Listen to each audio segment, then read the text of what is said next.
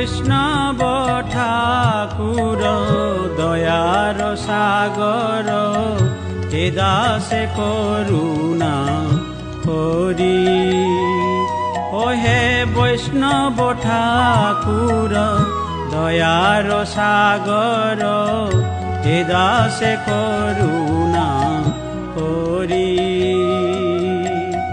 দিয়া পদ ছায়া শোধ হে আমায়, দিয়া পদ ছায়া শোধ হে আমায়, তোমার চরণ ধরি। ও হে বৈষ্ণব ঠাকুর দয়ার সাগর, হে